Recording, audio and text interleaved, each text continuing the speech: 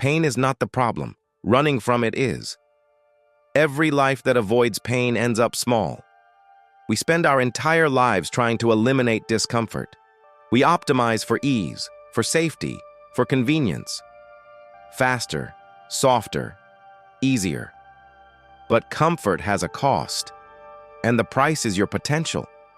Because anything that never challenges you, never changes you. We've been taught that pain means something has gone wrong, that pain is a warning sign, a failure, something to fix. So the moment it appears, we panic. If it hurts, we escape. We distract ourselves. We numb the feeling. We quit before it gets worse. But pain isn't a malfunction in the system. It is the system. Everything that grows must pass through resistance. Muscle only grows by tearing itself apart. Bones grow stronger under stress. Diamonds are formed by pressure over time. Human beings are no different. The Stoics understood this. They didn't see pain as cruelty. They saw it as information. Pain reveals where we are untrained, where we lack discipline, where we are still ruled by fear. Buddhism goes even deeper. It teaches that pain is inevitable. Illness, aging, loss, disappointment. But suffering is optional. Suffering is what happens when we argue with reality.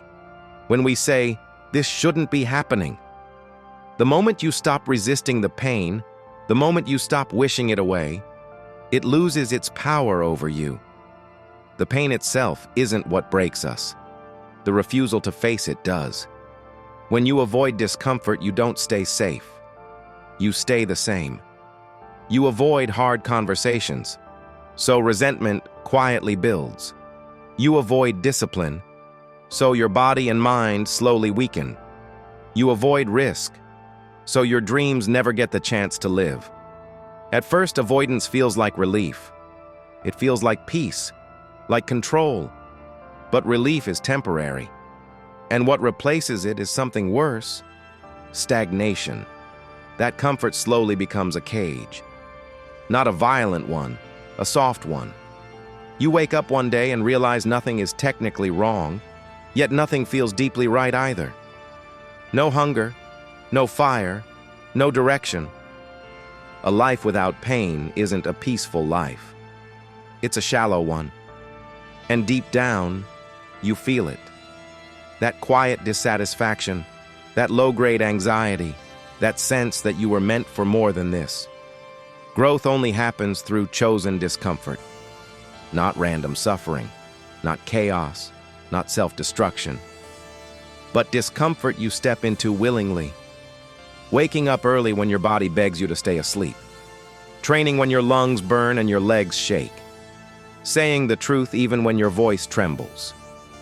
Sitting alone with your thoughts, instead of drowning them out with noise, screens, and stimulation. The Stoics called this voluntary hardship. They would fast while food was available, sleep on hard surfaces, train in the cold, not because pain was virtuous, but because dependence was dangerous. They trained discomfort so fear wouldn't control them. So when real hardship arrived, they were ready. In Buddhism, this same practice is called presence. Allowing pain to exist without labeling it as good or bad, without turning it into a story about who you are. You don't say, I am broken. You say, this is pain. And that distance changes everything. When you choose discomfort, pain stops being an enemy. It becomes a tool, a signal, a guide. Pain teaches you exactly where you're attached, what you're clinging to, what you're terrified of losing, what still owns you. It shows you where your ego is fragile, where your identity is brittle, where growth is overdue. Pain doesn't arrive randomly. It arrives where attention is needed. Every wave of discomfort carries information. And if you listen, instead of running, pain becomes guidance. It asks one simple question: will you run or will you learn? Don't aim for a life without pain. Aim for a life strong enough to face it. Because pain isn't here to punish you. It's here to refine you, to wake you up, to strip away what's weak and reveal what's real. Stop running. Sit with it. Learn from it. Let pain teach you who you can become. Thanks for watching. If this video made you pause, question, or see things differently, then it did its job. Feel free to explore more ideas here, and as always, keep thinking.